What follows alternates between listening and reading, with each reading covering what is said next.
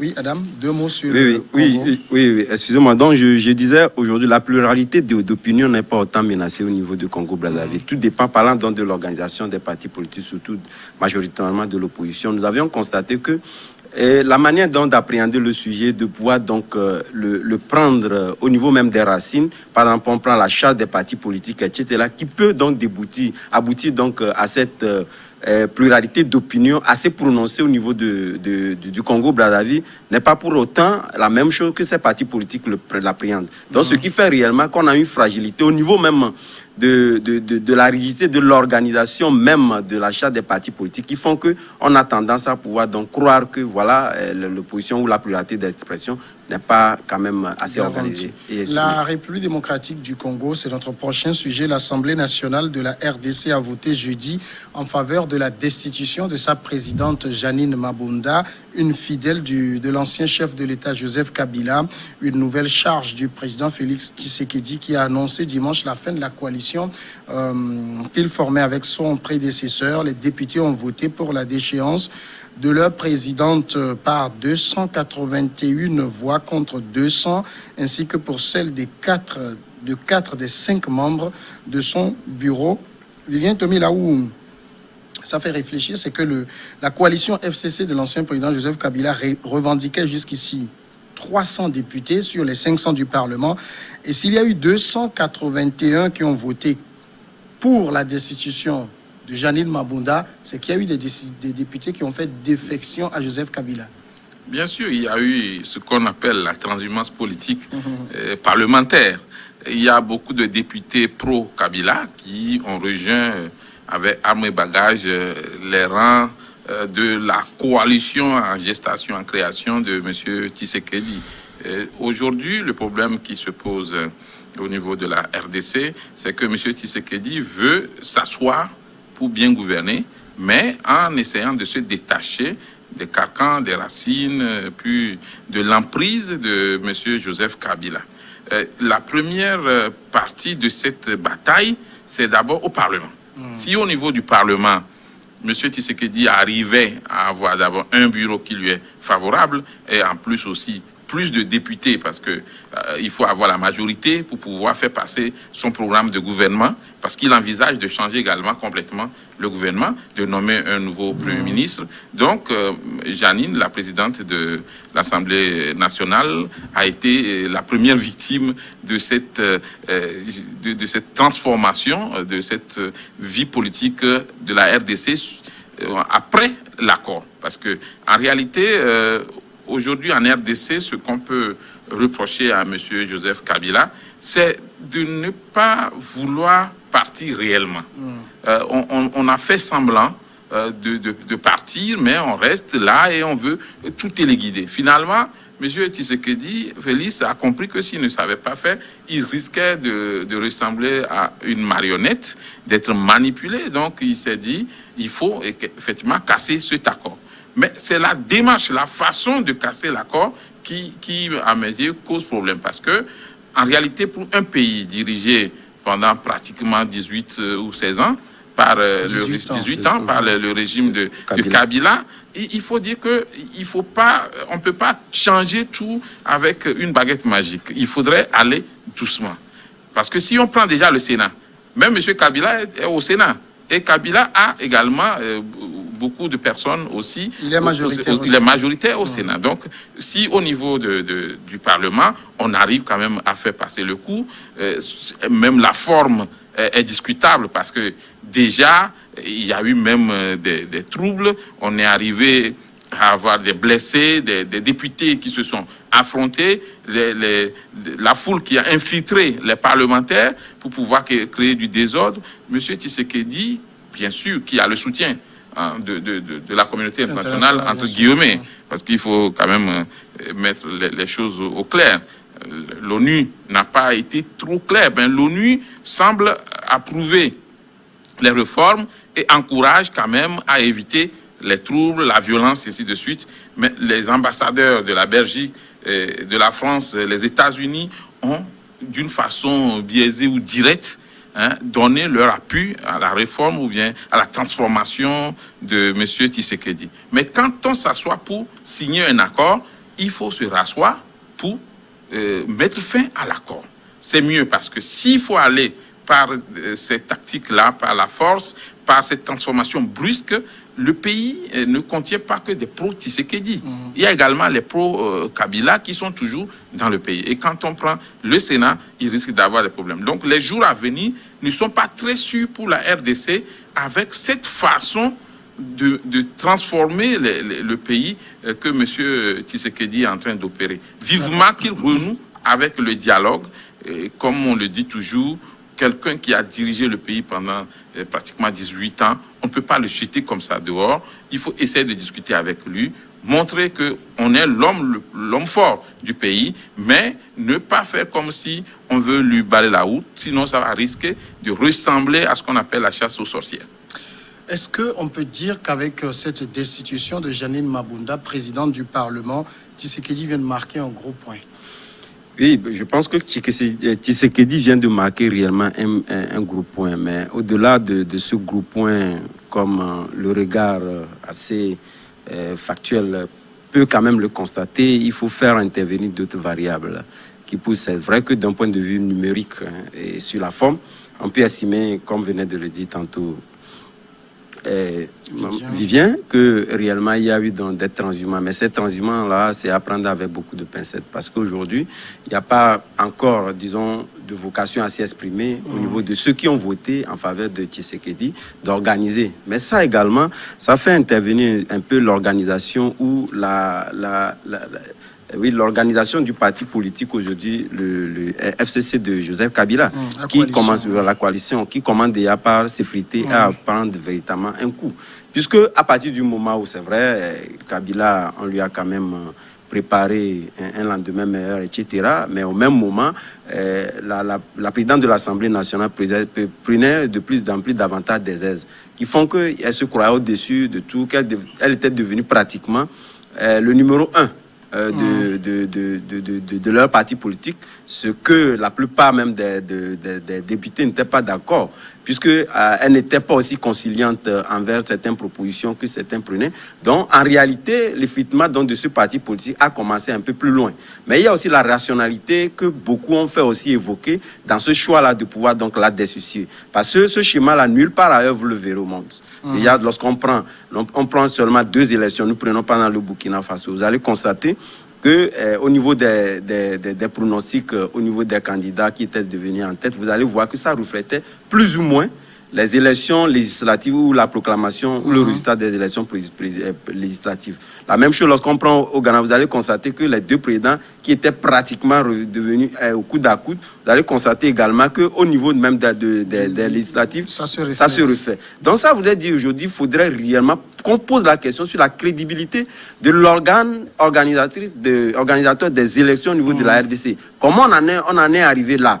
Et là également, moi j'accuse un peu Kabila aujourd'hui. Je pense que cela doit interpeller d'autres également au niveau de ces accords-là. Prendre le temps de pouvoir dans les mûrir, faire intervenir les présenteurs, les acteurs, qu'il faut de pouvoir donc essayer donc d'analyser les méfaits de ces accords-là à l'avenir. Ici, comme c'était le président de la République, Kabila est allé aussi vite que ça, n'a pas pris le temps donc de pouvoir donc analyser tout. Et on en est là. Aujourd'hui, là, toutes les difficultés. Mais j'estime que au-delà de ça, il y a la rationalité, comme je le disais tantôt, qui fera que d'autres députés auraient quand même fait prévaloir pour être du côté désormais de Joseph Kabila, pour lui permettre d'abord de pouvoir gouverner et de pouvoir donc dessiner l'avenir de la RDC en lien avec les élections qui s'annonce en 2023. Mais Georges Hérault, on sait que mathématiquement, si on était dans l'ancienne formule, à tous les coups, on n'aurait pas pu destituer la présidente, puisque les députés qui se réclament du camp Kabila sont 300 contre 200 pour les autres. Mais là, on a 281 qui ont voté pour. Est-ce qu'on peut dire que Tshisekedi, petit à petit, réussit à se former une nouvelle majorité parlementaire? Il doit réussir parce que, comme les uns les autres ont intervenu, c'est quelque chose c'est un schéma très difficile. Et en fait, ce qui se passe aujourd'hui, c'est que Tshisekedi, à un moment donné, a fait le bilan. Il a vu que depuis qu'il a pris le pouvoir jusqu'à présent, il n'y a rien. Son bilan est tellement négatif que s'il continue dans cet élan, à la fin de son mandat, il ne fera rien. Donc, il a commencé par vouloir changer les choses. Parce que, d'ailleurs, avant de commencer, comme Tommy l'a dit, il a effectivement appelé Joseph Kabila. Ils avaient eu une discussion de tête à tête. Et je crois que cette discussion, c'est ce qui n'a pas abouti. Et quand il a commencé, il a changé, je crois, les membres de la Cour constitutionnelle. Ceci pour barrer la route à Kabila. Parce que, en changeant les membres de la Cour constitutionnelle, je pense que la stratégie de Kabila à vouloir se présenter après ne peut pas recevoir le truc, l'aval de la Cour constitutionnelle. Donc Kabila a vu automatiquement que il y a une guerre qui arrive.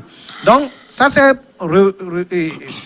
transmis à la Cour, plutôt au Parlement et au niveau de l'Assemblée, parce que vous voyez, même lors de l'investiture, la présidente de l'Assemblée n'était pas là, le Premier ministre, vous avez vu les membres de l'accord FCC-CACH n'étaient pas, surtout FCC n'était pas présent lors des investitures. Donc, vous voyez, aujourd'hui, il ne peut pas régner. Mais ce qui se passe aujourd'hui, il sait que 42 des 65 membres du gouvernement appartiennent à Kabila. Oui. L'autre fois, je crois que ça doit être le secrétaire général de l'UDPS qui avait déclaré qu'il y a même des mandats non payés au niveau du ministère des Finances. Parce que le président avait envoyé qu'on paie les salaires des fonctionnaires et le ministre des Finances n'a pas exécuté. Donc, ils disent que le ministre des Finances veut pousser la population aux révoltes. Oui. Donc, tout ça là ne donne pas la main libre à Tshisekedi pour pouvoir régner. Donc, il faut risquer maintenant. Il faut passer par force. Si ça réussit, tant mieux. Parce qu'il va être marionnette de Kabila. Et donc, Kabila doit savoir en quelque sorte que si effectivement il y a une alliance pour pouvoir gouverner, laisser la personne effectivement aider la personne à gouverner. Il a compris que l'alliance ne l'aide pas à gouverner, plutôt l'alliance aide plutôt Kabila à asseoir encore son pouvoir. Donc aujourd'hui, ce qui se passe avec 281 sur 200, ça dit qu'il commence à gagner.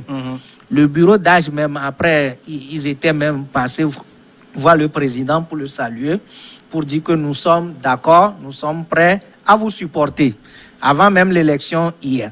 Donc aujourd'hui, il est en train de gagner. S'il gagne la bataille au niveau du Parlement, ce qui va se passer, c'est que c'est au niveau de la majorité que le Premier ministre sera nommé. Bien sûr. Et donc, le Premier ministre sera poussé à démissionner, ou bien on va il fait une motion de oui. Et là, il est obligé de démissionner. Le Premier ministre reviendra à la majorité qui est dégagée. Et là, la plupart des membres du gouvernement vont être issus maintenant de la majorité Tshisekedi. Et maintenant, il aura la main libre pour pouvoir gouverner. D'accord. En même temps, aujourd'hui, est-ce que quand on prend un peu le schéma que vient de décrire Georges Hérault, est-ce que Joseph Kabila, je ne veux pas parler peut-être de gourmandise politique, n'est pas un peu coupable de la situation dans laquelle il se retrouve aujourd'hui? Peut-être qu'il a été un peu naïf au début. Parce que au début, il croyait dur comme fer que l'accord allait permettre de gouverner dans la paix et d'aller de l'avant. Mais Kabila avait fait ses calculs. Kabila, sachant que vouloir s'éterniser au pouvoir en ce moment, c'était vraiment se faire lyncher par la communauté internationale, a accepté de s'éclipser, mais avec les conditions. Les conditions, c'est que je continue pas à être ici c'est comme ça. On s'entend sur la gouvernance, on s'entend sur le Parlement, comment tout ça là. Et donc, il y a eu cette entente, mais en réalité, c'est en faveur plus de Kabila. Et dans la pratique, M. Tshisekedi et son équipe remarquent que chaque fois, on leur met des bâtons dans les roues. Alors, on ne peut pas continuer comme ça par vivre ensemble comme dans un panier de crabes, comme on le dit. Donc, à un moment, il faut se débarrasser pour que les crabes rejoignent leur place et que les escargots et leurs poissons aussi prennent leur place. Donc, c'est ce que M. Tshisekedi est en train de faire. Mais il faut voir plus loin. Parce que M. Tshisekedi est en train de préparer le prochain mandat. S'il ne se débarrasse pas de son allié qui devient encombrant, il risque de noyer toutes ses actions et la population risque de se soulever. Parce que vous avez vu déjà, quand on blague avec le salaire des fonctionnaires, on n'a plus d'appui. Parce que l'administration, tout gouvernement se repose sur l'administration. Mais quand l'administration vous mène la guerre, quand un ministre donne un ordre et que son directeur de cabinet dit « je ne exécute pas », quand un directeur de cabinet écrit directement au Premier ministre, quand le Premier ministre fait ce qu'il veut, la présidente de l'Assemblée nationale, qui est un pouvoir à part, ne veut pas effectivement aller dans le sens voulu par la majorité. Vous avez vu que M. Tshisekedi a le droit effectivement de réfléchir et de trouver une solution. Bon, il a essayé de faire aussi une sorte de consultation qui n'est pas véritablement une consultation sincère parce que en réalité, tout le schéma était déjà tracé. Et c'est ce que M. Kabila a compris. Kabila Joseph a compris que c'était juste une concertation de façade et il n'y avait rien de sincère parce que M. Tshisekedi en avait marre de l'accord. Aujourd'hui, ce qu'il faut faire, c'est préserver d'abord la paix. Parce que quand on voit effectivement qu'il y a de ces violences qui commencent par ressurgir, comme ce qu'on a constaté à l'Assemblée nationale, on doit avoir peur. Un pays comme la RDC, où les armes crépitent vite, un pays aussi vaste, où les gouvernants n'arrivent même pas à atteindre certaines provinces, M. Tshisekedi, qui est fils d'un grand opposant, et lui-même opposant devenu président, doit faire attention pour que, il puisse assumer l'apaisement, la paix dans le pays. Deuxième chose, essayer d'aller dans le sens de la mission que le peuple lui a confiée, la bonne gouvernance, le mieux-être, le bien-être, le développement de la RDC. On ne peut pas avoir un pays qui a des minerais, un sous-sol très riche, mais en même temps aussi mourir de misère, être emporté par de petites maladies, le paludisme continue pas à faire rage, ainsi de suite. Donc aujourd'hui, M. Tshisekedi doit faire un effort pour que, je l'ai dit tout à l'heure, ce ne soit pas la chasse aux sorcières, mais plutôt une transformation au profit du peuple congolais. Et ça, c'est le plus important parce que c'est pour le peuple qu'il faut lutter et non pour pouvoir bien s'asseoir ou défendre ses intérêts ou être sûr de renouveler un autre mandat. Je pense que c'est important aussi. Objectivement, il y a les partisans de Joseph Kabila qui ne désarment quand même pas et qui disent que lorsque les candidatures seront à nouveau ouvertes pour le poste de direction de l'Assemblée, leurs partisans, les députés du FCC feront encore à nouveau acte de candidature. Est-ce que ce n'est pas des propos désespérés parce que finalement, tout leur échappe, hein? Tout leur échappe, c'est trop tôt de le dire. En tout cas au niveau du Parlement. Non, pas exactement. Parce que vous savez, le schéma qui va se présenter ne va pas forcément donner main libre aussi aux partisans ou ceux qui vont rallier le camp Tshisekedi de pouvoir donc s'approprier tous les postes. Et en réalité aussi, moi je ne me vois pas que le Parlement étant donc l'objectif créé à partir du moment où vous avez la majorité. Je pense que cela peut permettre du moins de faire passer un certain nombre de tests que vous envisagez pour mieux donc planifier la gestion du pays. Ça s'arrête là, mais au niveau des postes de responsabilité, ça c'est réellement pour faire honneur à ceux qui ont rallié le camp de Tshisekedi. Et il ne va pas non plus... quand même, et ça leur permet de respecter la diversité. Ouais, c'est-à-dire que quand même ces députés viennent de Kabila, du moment où ils sont dans le bureau de l'Assemblée nationale va respecter la diversité. On aura même l'équilibre entre les forces en présence, mais au-delà de ça aussi, avant de rallier, vous savez qu'il y a donc des accords. Parce que déjà au niveau du FCC, on accuse les partisans de Tshisekedi d'avoir débauché ces députés en échange d'importantes sommes d'argent. Il y a ça, mais également il y aura aussi des postes.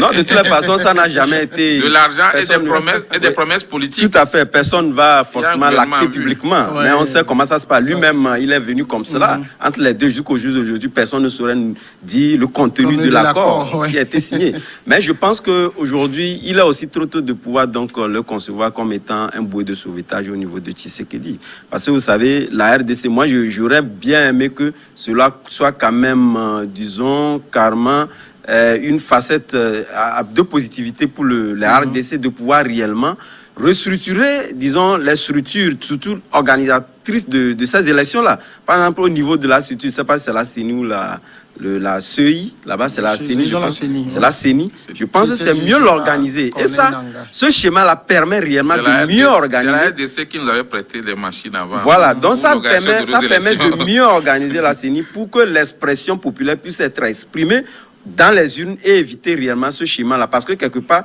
vous avez parlé de chasse aux sorcières. Moi, je pense que c'est au niveau de cette chasse aux sorcières même que le président Kabila a accepté ce schéma-là réellement pour ne pas être poursuivi parce que c'était le moins clivant en nous donnant donc le pouvoir à Tshisekedi. Il était plus à l'abri que de pouvoir donc de donner le pouvoir à Martin Fayulu qui arrivait réellement. On savait il était dans une posture assez guerrière et qui n'arrangerait pas naturellement. Mais en même temps, au moment où Kabila était au pouvoir, on sait qu'il avait déjà à dos un peu la communauté internationale.